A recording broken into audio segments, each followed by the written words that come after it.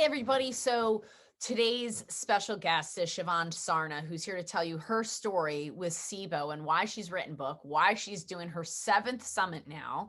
She is a home shopping network host. She is not coming from the health space, but she is certainly turning herself into quite the expert here in the health space.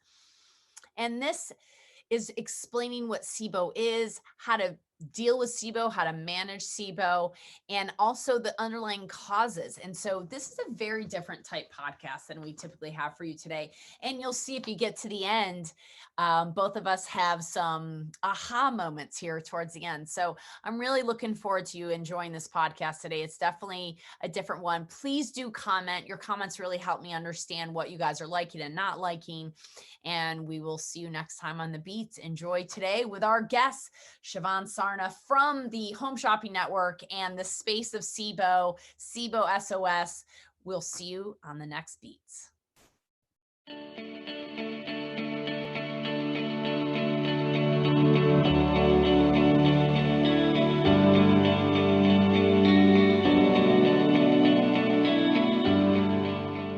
So welcome back to The Beats with Kelly Kennedy, and I'm very excited to have one of my newest and closest quickly friends, which is Shivan Sarna is here, and she's just written a book about SIBO. It's been published. She's got a lot of things going on. She's had a summit. She's got more summits coming on.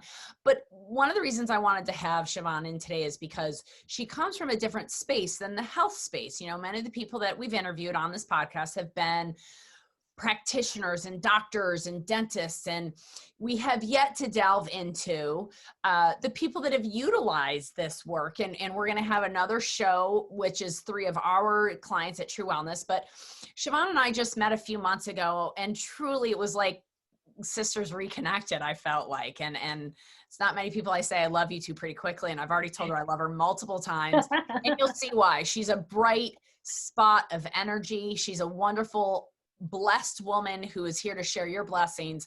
But she was diagnosed long time ago with this horrendous thing called SIBO. I'm sure many of you have heard about, and we're going to ask her to talk about that.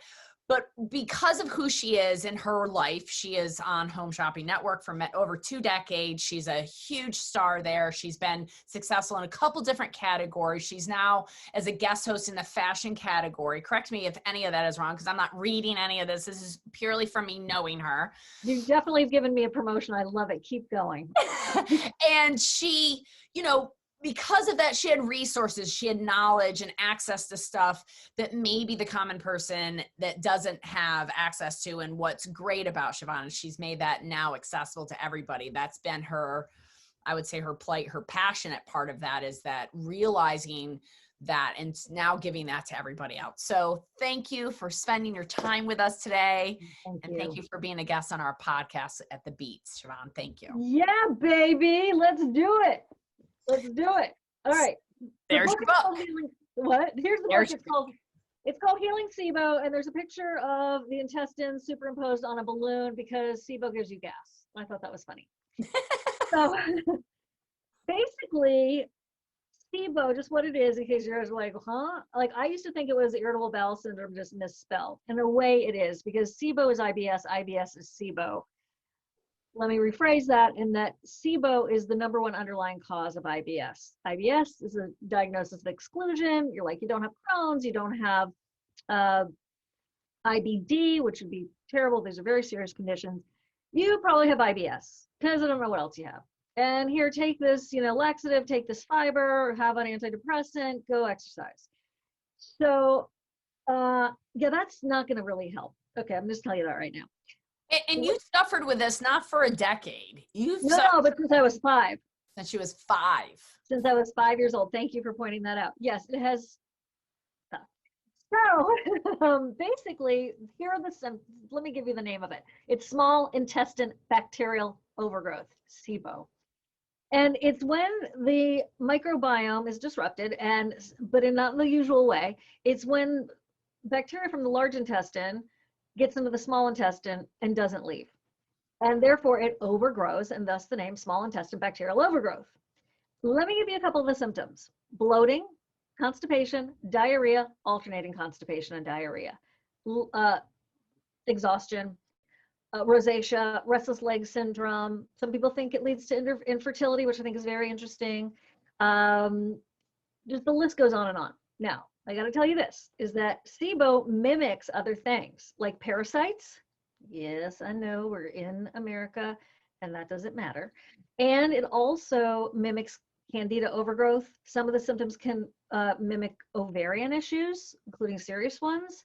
So you really should look into it, and also don't normalize it, because it's not normal to constantly be bloated and have these alternating bowel patterns or be so constipated you're not going every day. Okay, how could you get it? Some of the underlying causes, Kelly, are endometriosis and food poisoning and adhesions and internal scar, like you've been kicked in the belly by a horse, you fell off, a lot of falling can happen. Traumatic brain injury doesn't mean that you've had a concussion and you were bleeding from the ear. It can therefore lead, though, to miscommunication between the gut and the brain through the vagus nerve. So there's all these ways that you can potentially have SIBO. SIBO is caused by something else, and then it causes other things. Okay, I want to talk to you quickly about the hope that if you do have SIBO, there are treatments and there's a way to prevent relapse. If you've ever had food poisoning, this is really important. If you've ever had food poisoning, the food poisoning was resolved, but you were never quite the same. 10% of the people that get food poisoning, which is a ton, will get SIBO. So that's a huge amount of people. And of that, 30% of those people will have it resolved after one round of treatment. Other people who maybe have mold, maybe had Lyme, maybe they had Epstein-Barr virus when they were little, they, okay, I'll speak for myself, can have a much more difficult time resolving it. However, you can manage it, and you can be 100% healthier and better managing an untreated chronic condition than leaving it unattended. So kind of a hopeful message. There's, you know, a roadmap you can follow that's in the book. And it's on my website, SIBOSOS.com. And we have this great Facebook group with 18,000 people who are there supporting each other. And it ruled my life for a long time, and I didn't know what it was. And then I got a little bit better. And then I, thought it was normal. I was in college. I lived in a sorority house. I realized that I was definitely different than everybody else in a variety of ways. And I proceeded to work at HSN for 20 years, mold in the building. That's my personal opinion. And I got worse and worse and really wasn't doing well, for quite a while there, last like 4 years. And now with Skype and everything, I'm not in the building as much. So it's been interesting. I've been getting even better. But if you have it, you can be underweight, you can be overweight. And part of the thing is that the bacteria in the small intestine can eat your nutrition. So you can end up becoming malnourished, which is another really interesting aspect of SIBO. So I just want to back up and kind of please do iterate a little bit for those. Yeah. So SIBO is not necessarily it's the number one cause for a lot of IBS and a lot of symptoms, but it has its own causes, which is usually so it's a diagnosis of small intestine overgrowth. Now your small intestines comes before your large intestines. And after you eat your food, it goes down to your stomach. And then from your stomach, it goes down into your small intestines after the liver throws in some enzymes. Okay.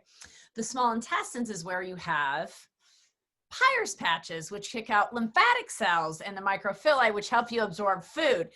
Hence why Shivan and I became such good friends, because she started doing a lymph summit. And I was like, somebody told me, Dr. Schaffner said somebody was doing a lymph summit. And I was like, wait, why did I think about a lymph summit? That's brilliant. Who's doing the lymph summit? And next thing I know, she calls me and we are like fast friends, because you cannot correct long-term SIBO, which so many people with chronic illness, this is just one of the many diagnoses that they have. Oh, you have Crohn's, you have IBS, you have fibromyalgia, you have Lyme disease, you have Epstein-Barr virus, you have chronic fatigue syndrome, and you have SIBO, and you have SIBO, right. And you have SIBO, and you have SIBO. Right. Right. And so it's many reasons. Never do we get sick for one reason.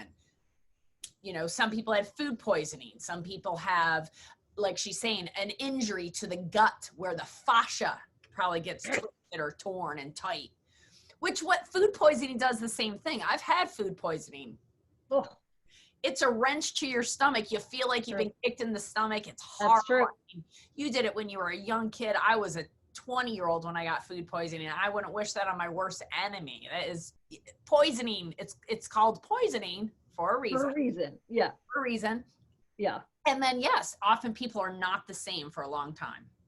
And now, how do they treat this in allopathic medicine? So you've walked in and out of medical doctors, allopathic, germ theory medical doctors for many, many years with the symptoms of constipation on and off, loose bowel on and off, joint pain. What other symptoms did you deal with? Oh my gosh, my hair fell out, like not all of it, but a ton of it. Oh gosh, just brain fog to the point of where I was stuttering. I couldn't, it wasn't chronic, but the brain fog was. But at some point, my brain fog was so bad I could not speak. And I literally could not say words. And it was only one day of that severity. There was a lot of lead up to that. And it scared me. It was on a weekend. Thank God I didn't have to go to work that day. And I was able to sleep it off and it sort of dissipated. But I mean, I had normalized it, Kelly. So I didn't even go to a gastroenterologist until about, I don't know, 6 years ago. Wow. So I was just living with it. Like they'd say, like, do you go to the bathroom? Do you poop regularly? Like, yeah. Right. I mean, it wasn't so bad. I was also just coping with it. I had other things going on. I didn't want to stop. I also tend to be very cynical about a lot of things, to be honest. So I was like, I'm not going to go to a doctor. They're not, and how many people can you relate to this statement? I don't want to go to a doctor. They're not going to tell me something I don't already know. Yeah. Especially if you're into health hacking and, you read a lot and, you've been into health food for a really long time. That was one of the biggest mistakes I made. Because while I did go to the gastroenterologist the first time, and he didn't know more than I knew, the second one I went to, who's in the book, my medical detective, my digestive detective, Dr. Michael Schulman out of Largo, Florida, bless you, sir, who spent 2 hours with me on a first appointment. That's how amazing he is. And he did know a lot more than I did. And he wanted to see that first SIBO breath test that I took that had been written, the word positive crossed out and the word negative was written. And then I didn't ever see that report until he insisted on seeing it. We looked at it together and I almost cried in his office because there it was. It was positive. We lost 18 months to a false diagnosis, to a false negative. I got retested. So what is the test? I'm curious how that happens because I'm sure a lot of people listening that's happened to. Was that a mistake at the lab? Was that the mistake at the doctor? It was a mistake at the lab, at a big University of South Florida lab. It's really quite emerging. They don't typically teach it. To have a SIBO breath test machine in your office, even to this day, is incredibly forward and advanced. Yeah, most people don't. Very so this place had one. The person who was there didn't know how to read it. Fine. So bottom line is a SIBO breath test. I really pronounce breath because it sounds like breast. So a SIBO breath test is when you fast for 12, well, actually you have a special diet for 12 hours. After that, you fast for 12 hours. You drink lactulose liquid, which is a substrate, and it's sugar that your body doesn't absorb, but the bacteria in your small intestine love. And then you breathe into test tubes every 20 minutes for 3 hours. It's called a SIBO breath test. And there are a couple of labs I adore. One is Aerodiagnostics out of Massachusetts. The other is Gemelli Labs. And they have one that tests for all 3 of the gas types that you can have with SIBO. Because with SIBO, you can have hydrogen, or you can have hydrogen sulfide, which is the newest one they've been able to test for, or you can have methane producers. Think about cows, methane, farting out the methane, right? So these little microbes and archaea in your small intestine, if you have them, could be doing that. And that's what leads to the bloating. Now, you get tested, you're like, oh my gosh, it's positive. I have this many parts per million of these bacteria in my small intestine. What do you do? Okay, and by the way, if you get a negative breath test, you need to test for parasites and candida, because if you don't have SIBO, it may be one of those other things because they're really, really identical in terms of symptoms. So there are 3 major treatments. One is antibiotics. And there are two that are the most go-to. These are the most studied. One, it's called rifaximin, which is actually what you would take if you had traveler's diarrhea. And interestingly and miraculously, it stays in the small intestine. So you can do multiple rounds without it eradicating your large intestine microbiome. Huge. That's if you have hydrogen producing. If you have methane producing, you pair that rifaximin with neomycin, which is a broad spectrum antibiotic and can nuke your large intestine. So keep that in mind. You pair them up. And you may have to do them over again. After your first round, you should retest to see how much your bacterial load came down, and then even do another round, which is highly unusual when it comes to antibiotics, right? We're used to taking that first round. I'm well, call me in the morning, you know, that kind of thing. So then you have to take a pro-kinetic to prevent relapse. I'm gonna pull this all together, I promise. Two other types of treatment you can do. The other is called the elemental diet, which is really the most effective, but the most difficult. And it is a liquid diet made up of amino acids that originally was designed for feeding tubes. It's disgusting. It tasted like vomit for years. And that's why people didn't want to do it as well, because it's freaking disgusting. But they've now made formulations that taste good. Dr. Michael Ruscio has a good tasting one. Integrative Therapeutics has a good tasting one. So those are alternatives. You do it from 14 to 17 days. You have to make sure you're getting enough calories. How does this work? It feeds you. It doesn't feed the small intestine. So you absorb it so quickly because it's literally like pre-digested that it doesn't get a chance to get to the bacteria in the small intestine and feed them. So they die from starvation. The third thing you can do is herbal antimicrobials, or oil of oregano, Alimax or Alimed, which is allicin, which is the active ingredient in garlic, Candibactin AR, Candibactin BR. These are the herbal formulations, and those usually take a month, whereas the antibiotics take about 2 weeks per round. So you have to perhaps do multiple rounds. So that's why after you do a round, you test, see how you did. Oh, elemental diet knocked it down. Now I only have like probably one more round to do. Or, oh gosh, I didn't make very much progress, but a little bit. So I know I have SIBO. I know it's impacting it. Why don't I try something else? So it's nice that you have 3 options to sort of spin the plate. Speaking of plates, I do want to make a statement, and that is diet only controls the symptoms, but man, it works well. A low fermentation diet is what most people find relief for symptoms with SIBO. It doesn't cure it. It manages the symptoms. And in the book, there's Dr. Alison Seebecker, who's my main colleague in all these projects, created the SIBO specific food guide, combining a bunch of different anti or low fermentation carbohydrates into a chart. And so, and she's NDLAC that wrote your foreword. Yes. Yes. Yeah. So yeah. I recognize that name. So I loved the fact that she was an ND and an LAC. So I was like, oh, that's the best of both worlds as far as I'm concerned. Like a good friend of mine is that same diagnosis too. And they understand meridians and chakras and everything, but they also understand the gut and the lymphatics and all of that component to that. And the low fermentation is just broad stroke that if you could for a lot of people, because I think so many people eat raw food and think it's so good for them. So can we talk about a fermentation diet for a moment? Yeah. So listen, if you're going to do a lot of raw foods, I'm a vegetarian. The book is vegetarian. You can always add your own protein. It's much harder to get SIBO under control, symptoms under control with vegetables. So I made like the most difficult case scenario delicious. And then I'm like, you want to eat chicken? You slap that on there. You're fine on that, you know, risotto or whatever it is. Because as a vegetarian, it was really much harder. I'm not saying you have to be a vegetarian. I'm just saying there's a baseline. Okay. So the thing is that fermentation happens because the bacteria ferment your food. Think of a microbrewery, think of beer, you know, all that fermentation that happens. If you eat carbohydrates that are less easily fermented, you reduce your symptoms of the bloating, etc. So what's a fermentable food? Very easily, it would be like, well, garlic and onions are a kind of carbohydrate that really can trigger SIBO symptoms. Apple a day keeps the doctor away. Let me tell you, I ate a lot of apples. I felt terrible. You don't want to eat apples if you have SIBO.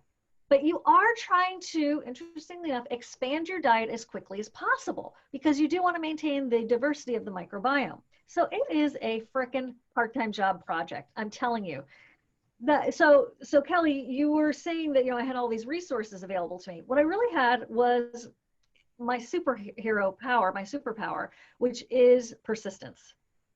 My husband was getting his CPA at the time of when I was really, trying to figure this all out.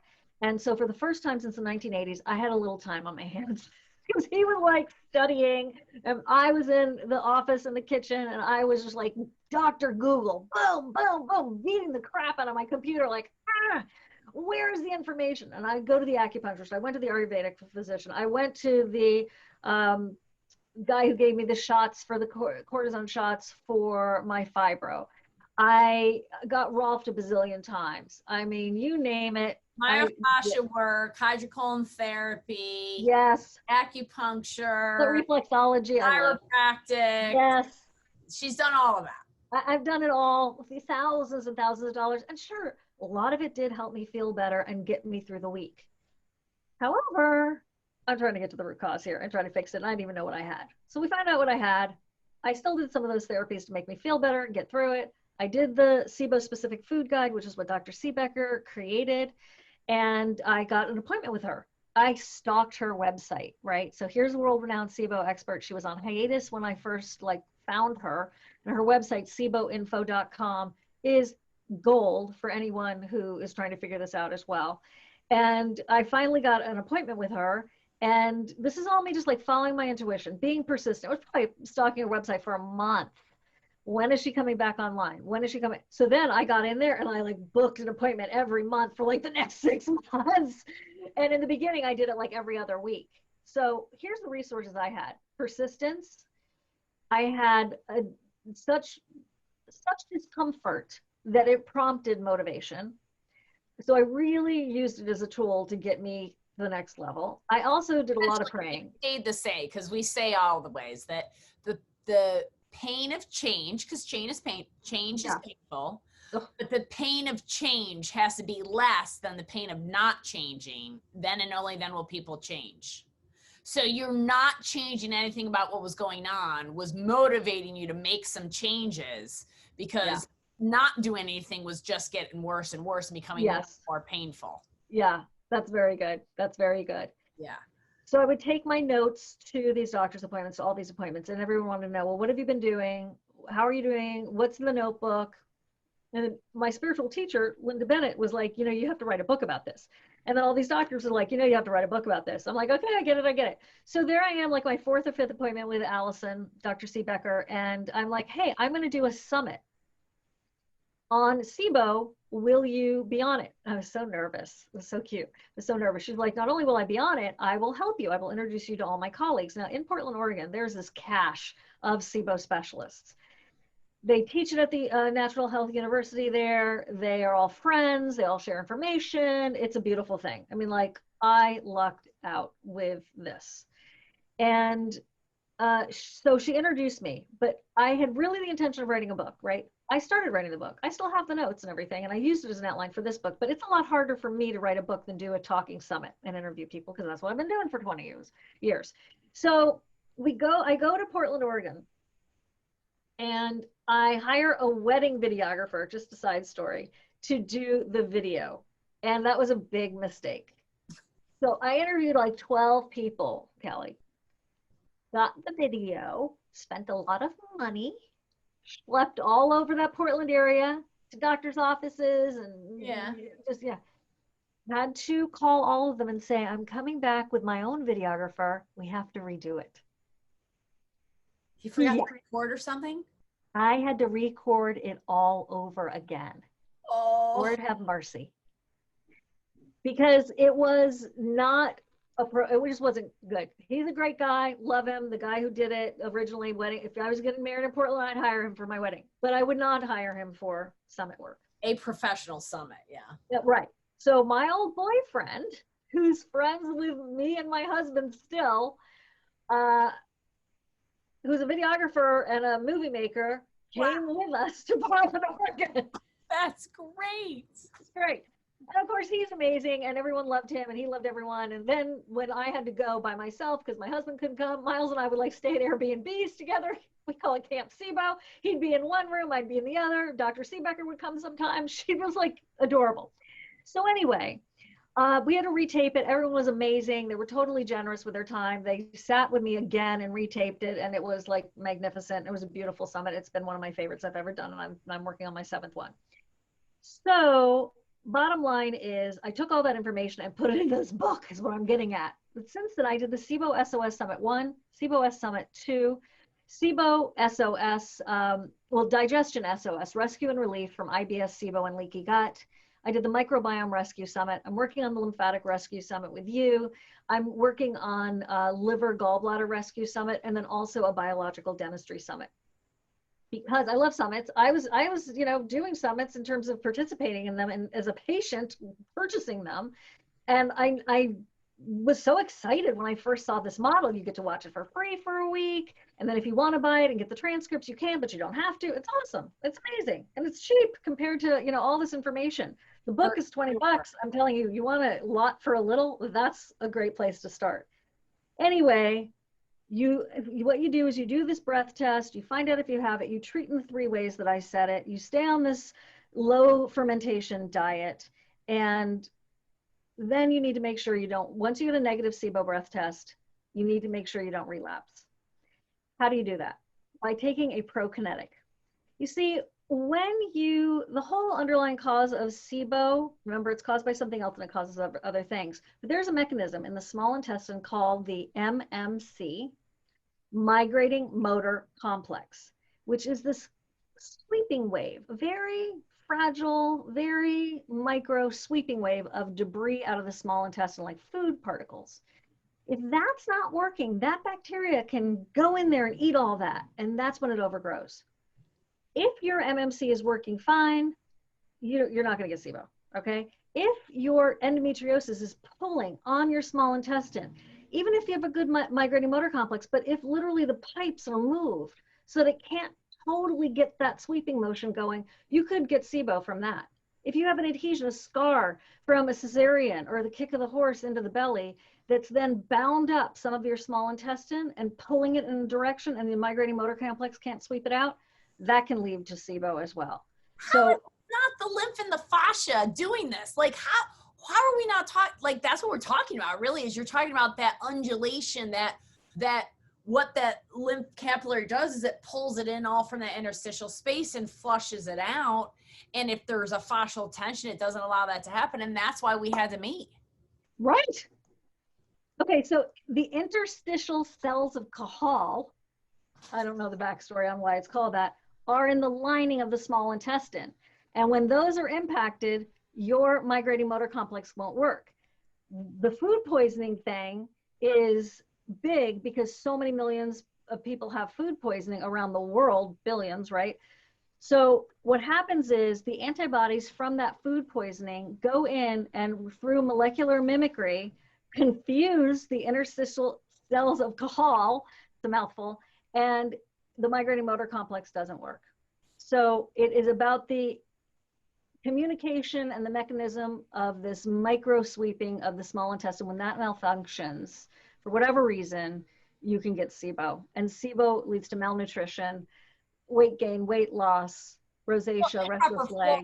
In the small intestine, which is going to lead to malabsorption everywhere in the body and toxic buildup. Right.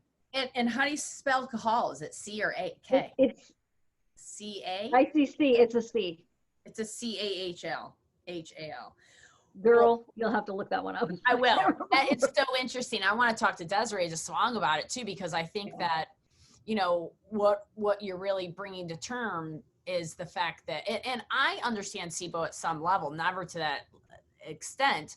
And Genevieve Greco, who works with me, she's like a SIBO queen, we call her. She's like a PhD in food and nutrition and gut health. She's working on her PhD. She's got her master's, but she's working on her PhD in those. And it's like, I love for you and Genevieve to talk to when you come, but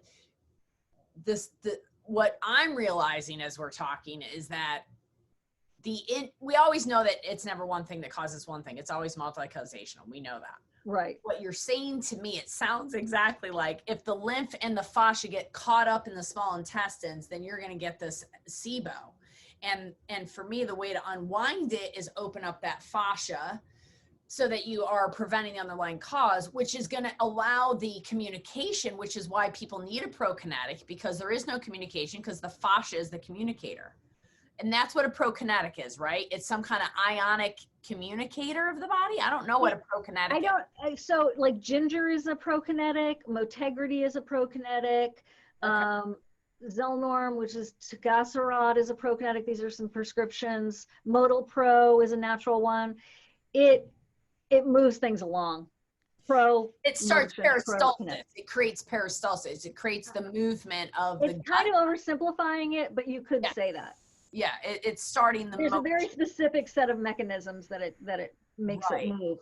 So, but it's not, it doesn't cause a bowel movement. So these prokinetics, it's not peristalsis. So it's more these undulations that we're talking about, which is sweeping motions. Flow, the sweeping motions, which, you know, if you look at the blind-ended capillary, it's opening up and it's creating this pull from the interstitial spaces to pull all the debris into the lymph vessels to take it down the lymph node so the lymph node can identify it. Cool. That's cool. This is why we're bringing our two worlds together. That's right. It's very exciting. It's very exciting. It's very exciting. And you know, this is how a podcast really works, right? I mean, first of all, she said about the summits is true. If you want tons of content from huge experts for the least amount of dollars, it's the summits.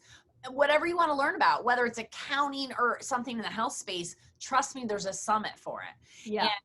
And I would purchase them if it's something you're really interested in owning the information for, because that way you don't have it just for the week, you have it for the months and months and months, because most of them are 7 to 8 hours of content per day for 7 to 10 days. Do the math. That's 80 hours of content. I can barely keep up with 4 to 5 podcasts a week. I don't know where you're coming up with the 80 hours of content that you can, unless you take a week off and that's what you're doing, right? Outside of that, we have to listen to it like when we get time between everything that we're doing. So listen to it like a podcast, but then also you're getting searchable transcripts. You're usually getting bonuses. And even if you're not going to listen to all 50 of them right away, you know, you circle back, you learn something about your diagnoses, then you listen to it again. You'll constantly pick up. I mean, the commitment to ongoing learning requires repetition. So that's, you know, great to be able to replay them. You can download them into your phone. Like I said, you can watch them, whatever, play them in the background while you're cleaning. I mean, and part of our thing is we want you to learn how your body works, and it's not up to the person in the white coat whose office you're walking into to figure it out for you. Right. So let's talk about that. So over the 6 years you were diagnosed with SIBO, and then you went to the chiropractor, the acupuncturist, you know, the allopathic specialist and the myofascial specialist and the Ralpher and the hydrocolon therapy. Like, you've gone to all these experts with you as the one taking all the information. Let's dive into that for a moment. Would you unpack that? So because I didn't know I had SIBO, I didn't know what it was. I was going to all those people hoping for an answer. I did that before, and then I did it during knowing that I had SIBO. So I was educating all these people about it because I still needed to feel better on a daily basis. A lot of it's because of my mold exposure and because of the old Lyme and the old EBV. But what happened was, until I met Dr. Seebecker, and until I met all of these SIBO specialists, I didn't really totally get it. The studies are on her website. You know, I took them to my digestion detective and I was like, here's the protocol. He's like, oh, I've heard of some of this. Okay, I'll get you the script. You know, I had a doctor who was really willing to work with me. And now, poor guy gets so many complicated cases of SIBO because I talk about him a lot. But the thing is that everything helped. Nothing hurt. Although there's controversy about colonic therapy, maybe depending on what your underlying cause is impacting SIBO. And, you know, I did all those treatments, by the way, all 3. And the key was when I finally did a blood test. There is a blood test for IBS to see if you have IBS from food poisoning. And while there isn't an overly specific specialized treatment, you still will do the treatment the same ways. Knowing my underlying cause, therefore, made me religiously committed to taking a pro-kinetic. I got to tell you something else, Kelly. Okay, here, I forgot to tell you this underlying cause, opioids. Opioids slow down everything, right? So it also slows down the migrating motor complex. So you could have a dental surgery procedure. They give you pain meds. You only take them a couple of times, right? Fine. Or more, whatever. They're famous for overprescribing. That doesn't mean you've taken them all, but let's say you did, or you did it for a few times. You have food in your small intestine. You've taken those opioids. There could be overgrowth from that. Like a couple of times where your migrating motor complex didn't work because maybe you have some co-conditions, and then it really slowed down because of the deep anesthesia and or an opioid, and you have just set yourself up for SIBO big time. So if you're having any procedures, if you're going to have deep anesthesia, make sure you ask them for a pro-kinetic so that when you come out, you get that migrating motor complex back on track and back to, life support. That is huge wisdom, Shivan. That is huge wisdom, because first of all, we have a ton of kids out there getting their wisdom teeth pulled out. And the first thing the doc does is give them painkillers. Right. And then, it slows down their healing process because it slows down their motility. And you're right. Like the one meal that doesn't get flushed out of your small intestines, and then you get some kind of gut wrench or car accident or a little push or a little whatever, or wrestling with your friend or whatever. Yeah. And now that can cause almost like a pocket inside your gut where that bad food essentially now is rotting and fermenting. And now there's all this overgrowth of bacteria trying to get rid of that, which is outgrowing, but causing a shift in your pH and then in your terrain and in everything. And I'm literally shaking my head because I had the car accident. A month later, they wanted my wisdom teeth out because now all of a sudden I had this pain in my teeth. So they put me on I was already on painkillers. Then they put me on high doses of Valium to be on that. Then my father had a stroke. Then he had another stroke. Then he died. Then 5 months later, my brother decides to get married in England. We all fly over, and that's when I had food poisoning. Dear God. And I'd been living on painkillers for all those years. And the ovarian cyst started a month after the car accident. I'm just sitting there going, this was all because of small intestine bacterial overgrowth, actually from the Vicodin Flexerol after the car accident, that then you had all those stressors when I got some weird food because everybody else ate the same food I did. Like going back and thinking about this, like we just brought it up the other day because I was like, what did I get food poison from? Because everybody else was eating what I ate. Okay, I have heard that more often than you would ever think. So that's a sign. Like you're sitting there, no one else gets food poisoning. You all have the same thing. Right. Because people with SIBO who've had food poisoning, right? Once you have food poisoning once, you are more susceptible to it in the future. And by the way, your car accident with the traumatic brain injury of whiplash could impact your vagus nerve, and that can lead to SIBO. I was scalped. It was more than I was scalped. I mean, it was more than just a little head injury. So yeah, for sure. This is like, I didn't realize any of this. And I want everybody to know she is not a doctor, nor am I. No way. Yeah. None of this is used as medical advice. We are investigators that are figuring out their own case, that are excited when all the bells and whistles start to go off in our body going, oh my God, this makes all the sense. Because for 25 years, I've sat there and gone, we were all in England. We were all at that rehearsal dinner before his wedding. And I'm the only one that almost died from food poisoning. And yeah, I was the one that was coming out of a car accident. I was the one that living on painkillers and muscle relaxers at that time. And it all makes all the sense. And I just had my wisdom teeth out like 5 months, 6 months before that. So this all makes sense, right? And this, I know y'all are listening to this going, this is making sense. And what we're not wanting you to do is run out to your doctor and ask for these prescriptions. Oh my God, I got to get on antibiotics and pro-kinetics. We're giving you this information so you understand it, so you can start to manage it, and you can start to look at what are my other co-infections? Do I have fascial tensions? Do I have emotional stressors? Did I have some fascial tension in my body that's causing that to occur? And who do I need on my team to help me unravel this so I can manage my case best? And I know where I need to plug into, and I need to go get Shivan's book, The 21-Day Cure to SIBO. Healing SIBO. Healing SIBO in 21 days. I would have a copy of it, y'all, but it's literally on my bedstand next to the other book that we just happen to both be reading when we met each other. Oh, by the way. Oh, by the way. So what I would say the first steps is to get a SIBO breath test. Like if this is sounding familiar and you're like, as they say, resonating with it, get a SIBO breath test, take it from there.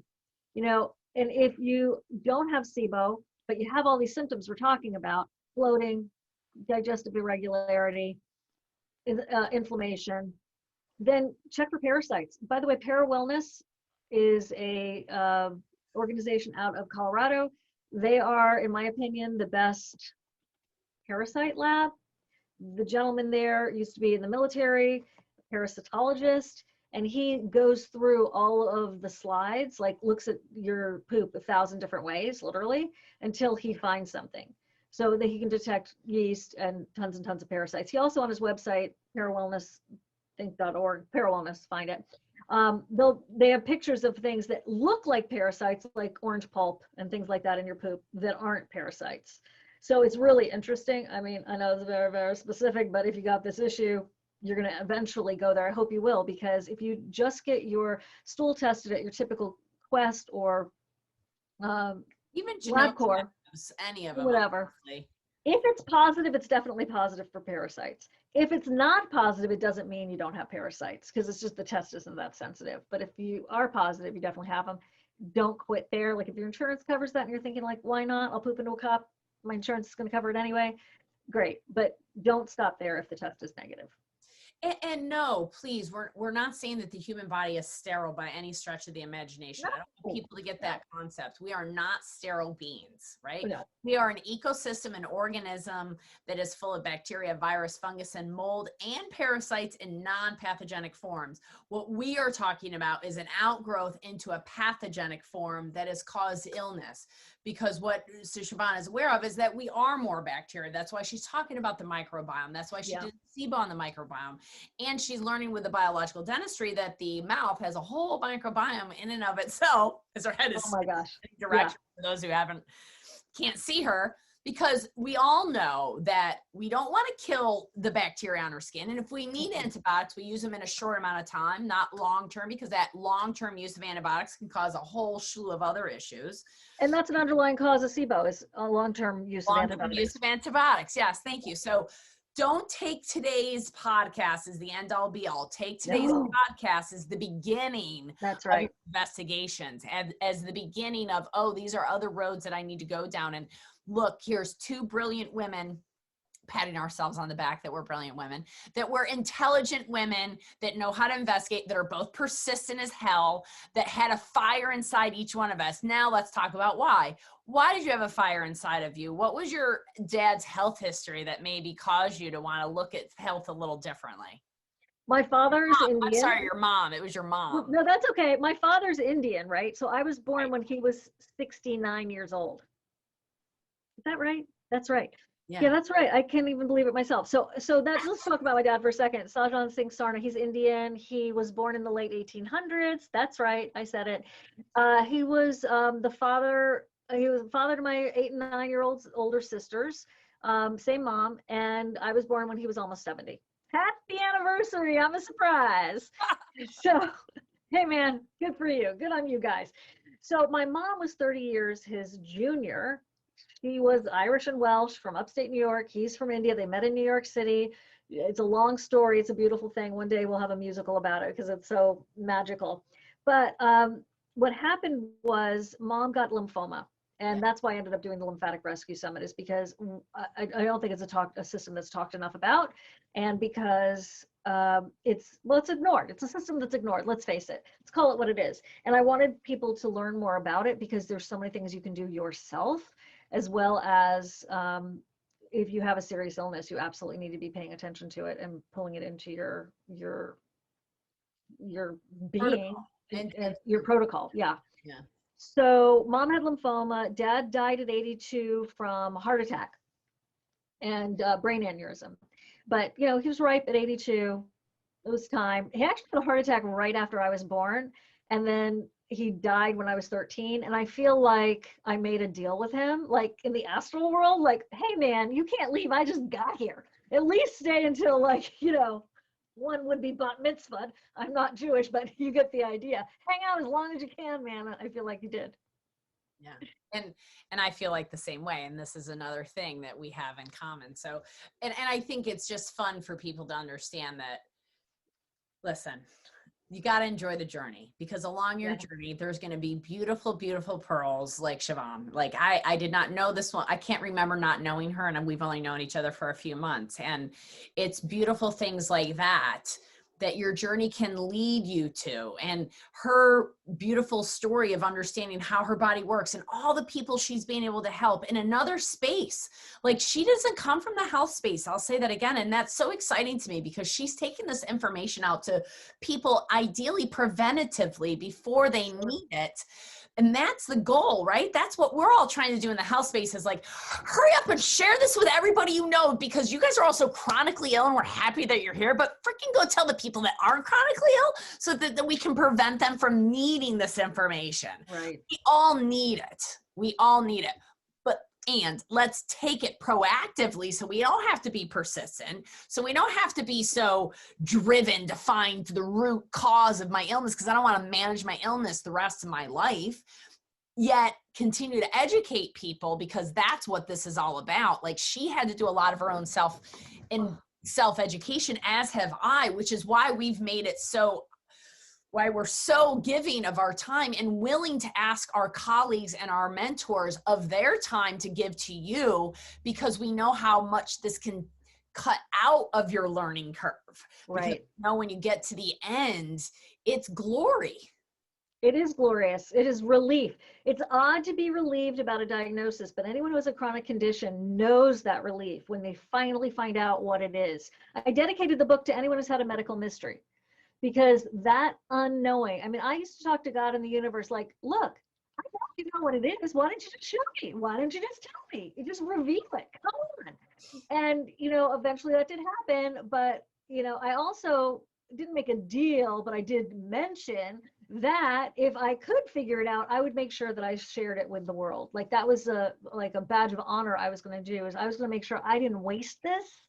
And I wanted to make sure other people didn't go through what I went through, which is why I wrote the book, which is why I've done all the summits, why I have a course called SIBO Recovery Roadmap, why I've done masterclass summits, and then even a next steps for treating tough SIBO, which after the antibiotics have not worked for you, maybe they have, but if they haven't, brain reprogramming, frequency specific microcurrent, all kinds of other alternatives.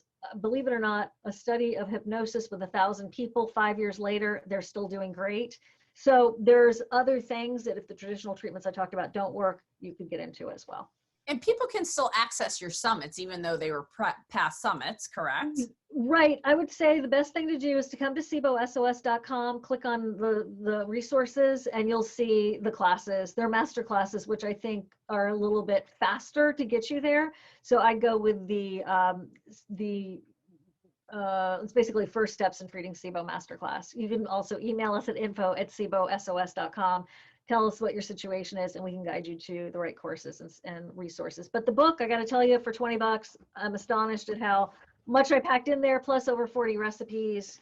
Yeah. And I mean, if you're going to spend money on like a supplement, hoping it works for $50, medicine be thy food first and foremost, because supplements, they're supposed to supplement your diet until your nutrition takes over. Exactly. The goal is you shouldn't need supplements outside of minerals. So yes. Well, you're amazing as always. I mean, I know we have to shut this off, but it's been an absolute joy to get you to tell your story to everybody and get them to really understand that there is hope out there, and that there is. Even if you haven't figured out your case yet, there is hope. Get her book, do some investigations. Again, this is not medical treatment or medical advice. We're just pointing you in the right direction. If this resonates with you today, we do ask you to share this. Please make this available to your friends and family and colleagues that might be suffering, that might be dealing with some of this, that can maybe help them understand their medical mystery. And we appreciate all your attention today and all your continued support of The Beats. And we thank you so much. We'll see you next time on The Beats. Thank you so much, Shivan. Thank you.